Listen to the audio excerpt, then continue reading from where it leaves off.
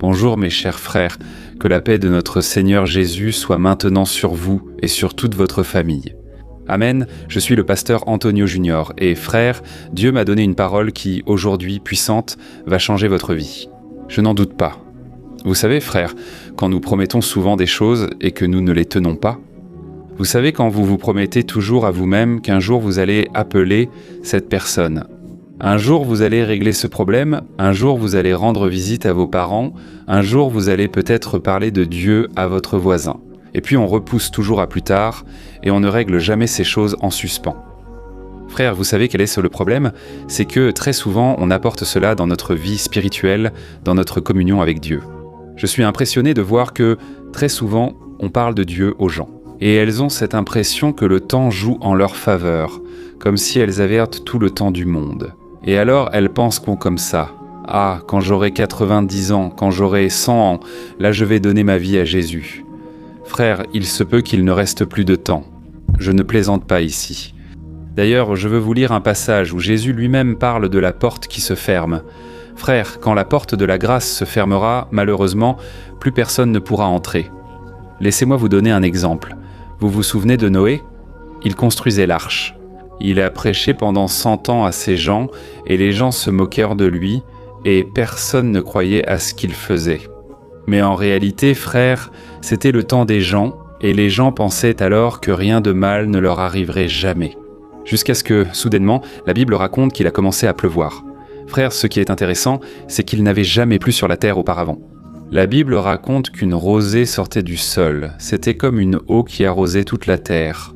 Il n'y avait pas encore de pluie sur la terre, et c'est à ce moment-là qu'un orage a commencé à tomber. Regarde, les gens, c'est sûr, se sont désespérés. Les gens sont restés tout le temps. Noé, laisse-nous entrer, laisse-nous rester à l'intérieur de l'arche, mais la Bible dit, frère, que Dieu a fermé l'arche de l'extérieur. Dieu lui-même, de sa main, a fermé cette arche, et malheureusement, les gens se sont perdus. Regarde, seule la famille de Noé a été sauvée. Et aujourd'hui, on se pose la question, n'est-ce pas? Est-ce que beaucoup de gens vont se perdre? Est-ce que beaucoup de personnes iront en enfer et ne seront pas sauvées? Frère, restez avec moi jusqu'à la fin. Vous allez être impressionné par la réponse que Jésus a donnée quand quelqu'un lui a demandé « Seigneur, y a-t-il peu de gens qui seront sauvés ?» Et vous allez être choqué de voir ce que Jésus va dire à ce sujet. D'accord? Je veux prier pour vous et faire une prière de consécration aujourd'hui. Si tu n'as jamais demandé pardon au Seigneur, je t'offre cette occasion.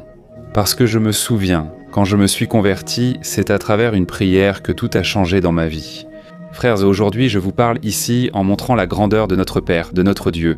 Mais frères, ça n'a pas toujours été comme ça. J'ai déjà raconté plusieurs fois mon témoignage ici. Et la vérité, c'était la suivante. Si Dieu l'a fait avec moi, il va le faire dans ta vie. N'en doute pas. Dieu peut restaurer chaque domaine de ta vie. Il peut faire infiniment plus que tout ce que tu as demandé ou pensé, selon sa puissance qui agit en toi. Amen. Mais pour cela, tu dois marcher selon la parole. Tu dois avoir de l'intimité avec Dieu. Tu ne peux pas remettre à plus tard, car une relation avec Dieu est la chose la plus précieuse que tu puisses avoir dans ta vie. Alors, je vais t'apporter ici un enseignement de la parole aujourd'hui qui va générer la foi dans ton cœur et ensuite nous allons prier. Je suis sûr qu'aujourd'hui sera une bénédiction au nom de Jésus. Amen. Avant de commencer, je veux juste te demander de t'abonner à ma chaîne, d'activer la cloche de notification et de sélectionner l'option « Toutes » pour ne pas manquer les prochaines vidéos que je vais publier. D'accord ? Tous les jours, à 4 heures du matin, je fais la prière du matin et à 6 heures du soir, il y a la prière du soir. Pour que tu puisses terminer ta journée dans la présence du Seigneur. Gloire à Dieu. Alors allons-y. Frères, il y a un passage dans la Bible que je crois que la plupart des chrétiens connaissent déjà. Mais il est très important d'analyser certains détails de la parole, car la Bible est comme un coffre rempli de trésors et de trésors précieux. Et parfois, tu dois creuser profondément. Parfois, tu dois fouiller, étudier, t'approfondir pour que Dieu te révèle des choses merveilleuses. Amen. Et là, dans Matthieu chapitre 7, verset 7, Jésus a dit ceci, « Demandez et il vous sera donné. Cherchez et vous trouverez. Frappez et la porte vous sera ouverte. » Regardez quelle chose merveilleuse, n'est-ce pas, frère? Ici, nous voyons le symbole de la grâce de Dieu, parce que Jésus dit, « Regardez, quiconque frappe à la porte sera ouverte. » Et ici, cela nous montre qu'aujourd'hui, nous avons un libre accès à Dieu par l'intermédiaire de Jésus-Christ. La grande majorité des gens, frères, disent qu'ils ont Dieu dans leur cœur, mais le Seigneur Jésus lui-même a dit « Celui qui n'a pas le Fils n'a pas non plus le Père ». Vous devez accepter Jésus comme votre Seigneur et Sauveur, car il essaie le chemin, la vérité et la vie. Et personne ne va au Père si ce n'est par lui. Alors, frères, beaucoup tombent avant dans cette erreur de penser « Ah, j'ai Dieu dans mon cœur, je cherche toujours Dieu ». Mais frères, sans Jésus, il est impossible d'avoir accès au Dieu créateur des cieux et de la terre, car la Bible dit que notre péché fait une séparation entre Dieu et nous. Mais lorsque Jésus entre dans notre vie, son sang qui a été versé sur la croix nous pardonne et il ouvre le chemin d'accès au Père. Amen. Alors ici, Jésus a dit « Regardez, si vous demandez, vous recevrez, si vous cherchez, vous trouverez, et si vous frappez, la porte vous sera ouverte. » Mais frères, me souvenez-vous que je vous ai dit qu'il arrivera un moment où cette porte sera fermée, où il ne sera plus temps pour les gens de se repentir. Ils n'auront plus l'opportunité d'être sauvés et de vivre avec Jésus pour l'éternité. C'est ça. Dans l'évangile de Luc, la Bible raconte que Jésus marchait vers Jérusalem, qui est l'endroit où il serait trahi par Judas, livré entre les mains des religieux et crucifié. Et alors, à ce moment-là, les foules suivaient Jésus.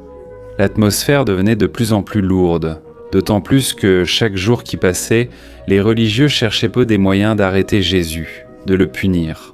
Bref, puis tout à coup, une personne là, au milieu du chemin, a posé cette question qui est ça peut-être dans ton cœur aujourd'hui ou dans le cœur de beaucoup de gens aujourd'hui. Tu sais ce qu'elle a demandé ? Seigneur, est-ce qu'il y a peu de personnes qui seront sauvées ? Frère, nous allons voir ici la réponse de Jésus. Regarde ce qui est écrit dans Luc, chapitre 13, du verset 23 au verset 28. Fais bien attention, il est dit ceci. Quelqu'un lui demanda « François, Seigneur, seuls quelques-uns seront-ils sauvés ?» Et Jésus répondit « Efforcez-vous d'entrer par la porte étroite, car beaucoup chercheront à entrer et ne pourront pas. » Lorsque le maître de la maison aura fermé la porte, il sera trop tard. Vous resterez dehors, frappant et demandant « Seigneur, ouvre-nous la porte. » Mais il répondra « Je ne vous connais pas, je ne sais pas d'où vous êtes. » Alors vous direz « Nous avons mangé et bu avec le Seigneur, et le Seigneur a enseigné dans nos rues. » Et il répondra « Je ne vous connais pas, je ne sais pas d'où vous êtes. » Éloignez-vous de moi, vous tous qui commettez le mal. Et il y aura des pleurs et des grincements de dents, car vous verrez Abraham, Isaac et Jacob, et tous les prophètes dans le royaume de Dieu, mais vous serez jetés dehors. Regardez, frères, vous avez compris la gravité de cela ? Rappelez-vous que dans Matthieu, l'invitation de Jésus est la suivante. Frappez et la porte vous sera ouverte. Mais frères, Jésus parle ici, maintenant, d'un autre moment. C'est le moment où les gens vont frapper à la porte et la porte ne s'ouvrira pas. Et savez-vous ce que cela signifie, frères ? Beaucoup vont remettre à plus tard, à demain ou au mois suivant, sans chercher Dieu comme il le faudrait aujourd'hui. Quand le moment viendra, ces personnes vont avoir un choc d'abord, parce que beaucoup vont ouvrir les yeux dans le monde spirituel lorsqu'elles mourront ici sur terre. Après tout, frères, c'est quelque chose à laquelle on ne peut pas échapper. Nous devons tous réfléchir à la mort, car c'est la seule certitude que nous ayons. Pour le chrétien, nous avons en plus une certitude, n'est-ce pas ? La certitude de la résurrection, que lorsque nous mourrons, notre corps sera glorifié et nous serons avec Jésus pour toujours. Mais frères, ce que Jésus a dit ici est très sérieux. Et au moment où je comprends cela dans la Bible, j'ai ressenti très fort dans mon cœur que beaucoup d'entre vous procrastinent, remettent à plus tard. Ne faites pas cela, d'accord ? Et peut-être que vous êtes en train de penser « Pasteur, mais cela ne ressemble pas au Dieu d'amour que je connais. » Après tout, si la personne frappe à la porte, si elle est repentante, pourquoi Dieu n'ouvrirait-il pas la porte à cette personne ? Frère, la réponse est très simple. Le problème n'est pas l'acte de frapper. Le problème, c'est quand on frappe à cette porte. Parce qu'à cette époque-là, frère, je ne sais pas si vous le savez, mais quand le maître de la maison fermait la porte de la fête, c'était fini. Personne ne pouvait plus entrer. C'était le signe que la fête avait déjà commencé et que plus personne ne pouvait entrer. Alors, arriver en retard, ce n'était pas seulement un manque de politesse, c'était un mépris pour cette invitation. Tu comprends ? Donc les personnes qui restaient de dehors, elles n'étaient pas vraiment là avec le cœur plein de remords. En réalité, elles ne ressentaient pas l'absence du maître de la fête, mais ne voulaient simplement pas manquer la fête.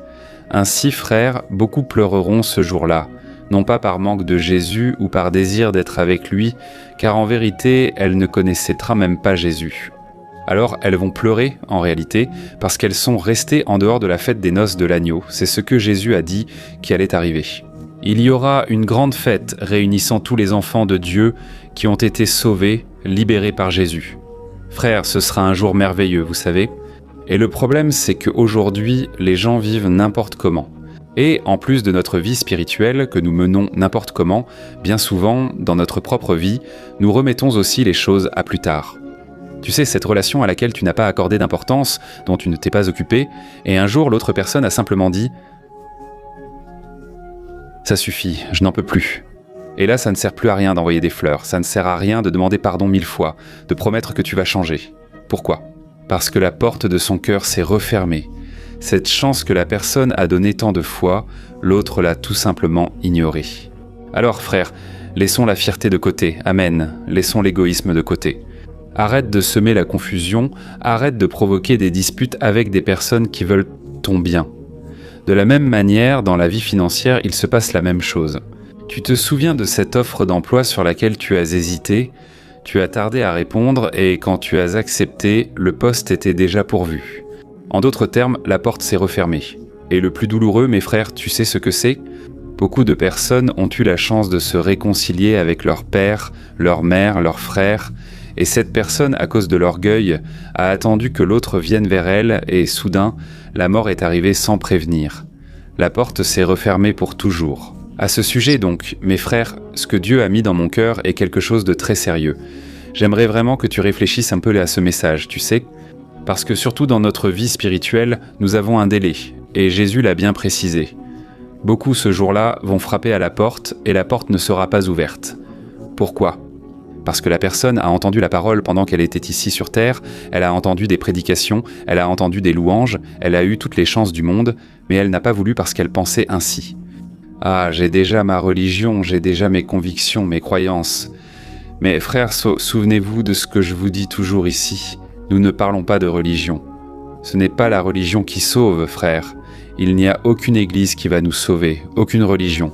C'est seulement Jésus-Christ, le Fils du Dieu vivant. Amen. Alors faites votre choix aujourd'hui et je suis sûr que ce sera la meilleure décision de toute votre vie. Alléluia. Frères, nous allons prier, mais je veux d'abord lire un passage du livre des Proverbes, chapitre 27. Le premier verset, regardez ce que la Bible dit. C'est un verset simple mais très profond. Il est écrit ceci. Ne te vante pas du lendemain, car tu ne sais pas ce qu'un jour peut enfanter. Alors tu remarques que bien souvent, tu peux penser ainsi. Ah, l'année prochaine, je vais régler tant de choses dans ma vie. Ah, quand j'aurai de l'argent, quand je commencerai à étudier, quand je commencerai à travailler, alors tout va changer dans ma vie. Mais mes frères, on ne peut pas penser ainsi, car on ignore ce qui arrivera dans 5 minutes, n'est-ce pas ? Demain, il se peut que ni toi ni moi ne soyons là. Nous ne savons rien. Ce que nous savons vraiment, c'est que Jésus nous fait une invitation aujourd'hui. Et ce qui est intéressant dans ce passage de Luc que j'ai lu pour vous, c'est que les gens à l'extérieur criaient en disant « Nous avons mangé et bu avec le Seigneur, et le Seigneur a enseigné dans nos rues. » Regardez comme c'est intéressant, mes frères. Ces personnes étant ces écrans n'étaient pas des inconnus. Elles connaissaient Jésus, elles ont vu Jésus, elles ont entendu parler de lui, et peut-être même qu'elles ont été bouleversées par ses enseignements. Elles étaient en proches, plus ou moins, mais elles n'étaient pas à l'intérieur, pas dans la famille de Dieu, tu comprends ? Et cela me fait penser à cette autre parabole des 10 vierges. Tu t'en souviens ? Jésus, il a raconté que 10 jeunes filles attendaient en l'époux pour une fête de mariage, et 5 de ces jeunes filles étaient prudentes. Et elles ont emporté de l'huile de réserve pour leurs lampes, et les 5 autres, les insouciantes, n'en ont pas pris. Elles se sont dit « Ah, ce n'est pas la peine, il va sûrement arriver bientôt ». Et donc, elles ont commencé à penser de cette façon, sans ressentir cette urgence, et le temps a passé. Elles ont fini par s'endormir, et quand l'époux est enfin arrivé à minuit, leur huile était épuisée. Alors elles ont couru en acheter davantage. La fête a commencé et la porte a été fermée. Et tu sais ce qui s'est passé ? Quand elles sont revenues avec l'huile, elles ont alors commencé à frapper à la porte et disaient « Seigneur, Seigneur, ouvre-nous ». Et la réponse qui était venue de l'intérieur est la même que celle que Jésus avait dite dans Luc. Il a dit « En vérité, je vous le dis, je ne vous connais pas ». Et alors, elles ont perdu la chance d'être sauvées. C'est comme si on pensait ainsi. Seigneur, laisse-moi continuer ma petite vie comme elle est. Je vais continuer avec ce petit péché ici, ça ne dérange personne. Ou alors tu penses comme ça, je sais que je dois pardonner ce membre de ma famille, mais je suis encore en colère. Je ne sais même pas si je vais vraiment le faire, car cette personne mérite de souffrir de toutes les façons. Et alors, frère, on repousse notre engagement envers Dieu, alors qu'il y a des choses qui doivent être faites maintenant. Amen. Je me souviens, frère, d'une fois où une jeune femme m'a trahi. Pour moi, c'était comme un coup de couteau dans la poitrine. Parce que je l'aimais beaucoup et je ne trouvais pas juste que tout ce que j'avais fait pour elle, soudainement elle me rende ça de cette façon. Frère, je me souviens que j'allais chanter à l'église et que j'avais le cœur très blessé, très meurtri. Vous voyez ? Mais en même temps, je connaissais le commandement de Jésus. Pardonner, aimer notre prochain. Et alors, j'ai pensé, si je continue à garder cette rancœur dans mon cœur, si je continue à entretenir cette amertume, ma vie ira de mal en pis. C'est alors, mes frères, que j'ai pris la décision par la foi. Je me souviens comme si c'était aujourd'hui. J'étais en train de prendre une douche et j'ai commencé à parler avec Dieu. J'ai dit ceci. Seigneur, mon désir, c'est que cette personne paie pour tout ce qu'elle a fait, parce qu'elle m'a beaucoup blessé, Seigneur. Mais je sais que je ne peux pas souhaiter la vengeance. Je sais que je dois pardonner, peu importe combien de fois une personne me fait du tort. Alors, Seigneur, je te demande une chose ici. Donne-moi de la force, accorde-moi ta grâce, aide-moi à pardonner cette personne. Frère, à ce moment-là, j'ai vraiment ressenti la présence de Dieu, et j'ai alors commencé à prier. Et pas seulement à prier, mais j'ai aussi commencé à bénir cette personne par la foi. J'ai tendu mes mains là, pendant que je prenais ma douche, et j'ai commencé à prophétiser sur sa vie, que Dieu allait accomplir une œuvre dans sa vie. J'ai beaucoup prié, frère, demandant à Dieu d'ouvrir ses yeux spirituels, pour qu'elle voie le mal qu'elle était en train de faire. Tout comme Jésus a prié là sur la croix, « Fadastipkan alalete bâtard au Père, pardonne-leur, car ils ne savent pas ce qu'ils font. » Vous savez, frères, bien souvent nous devons faire une prière audacieuse et demander à Dieu d'avoir miséricorde des gens et ne pas garder de rancune contre eux. Parce que la Bible dit que notre lutte n'est pas contre les personnes, mais contre Satan et ses démons. Donc, c'est le diable qui veut te blesser, il veut blesser l'autre personne, il veut détruire des vies. Mais aujourd'hui, tu es arrivé ici et peu importe comment tu es, la porte est ouverte. Dieu t'adresse cette invitation et je crois qu'aujourd'hui, le Seigneur va restaurer ta vie. Je crois qu'aujourd'hui, le Seigneur va te bénir, il va t'apporter un nouvel élan. Tu sais, il y a beaucoup de personnes, frères, qui ont déjà perdu le goût de la vie. Elles ne prennent plus plaisir à rien. Et tu sais pourquoi ? Parce qu'il manque une véritable relation avec Dieu. Parce que je vous l'avoue, je ne connais pas une seule personne qui ait cherché Dieu, qui ait fait l'œuvre de Dieu et qui soit restée découragée pendant longtemps. Frère, une personne peut, oui, traverser de grandes épreuves, de grands combats, mais elle reste une personne heureuse, une personne joyeuse. Pourquoi ? La présence du Saint-Esprit dans son cœur fait toute la différence. Alors peut-être que c'est cela qui te manque, c'est d'avoir une véritable relation avec le Seigneur. Cela, mes frères, c'est bien plus que d'aller à l'église, c'est bien plus que simplement lire la Bible pour la lire, c'est comprendre que tout ce qui s'y trouve, c'est comprendre que tout ce qui est écrit dans la Bible est pour toi. C'est Dieu qui veut t'instruire, te corriger, Dieu qui veut te rendre capable d'accomplir toutes sortes de bonnes œuvres. Alors, toute l'Écriture est inspirée par Dieu afin que tu puisses être un homme et une femme de Dieu véritablement. Amen, gloire à Dieu. Si cette parole t'a réveillé d'une manière ou d'une autre, commente ici, en bas. Dis comme ça, Dieu m'a parlé aujourd'hui, ou alors écris, j'avais besoin d'entendre cette parole aujourd'hui. Cela va encourager d'autres personnes à vouloir aussi écouter le message. Et à la fin de cette prière, je te demande de partager avec le maximum de personnes possible. Regarde, il y a beaucoup de gens, frères et sœurs, qui ont besoin d'entendre une parole, et Dieu veut t'utiliser dans leur vie. Amen. Alors ferme les yeux et parle au Seigneur en ce moment même. Alléluia. Seigneur mon Dieu et Père, merci pour un jour de plus de vie. Merci mon Dieu pour l'air que nous respirons. Merci car c'est toi Seigneur qui nous as soutenus jour après jour et nous voulons aussi te remercier Seigneur pour ta parole.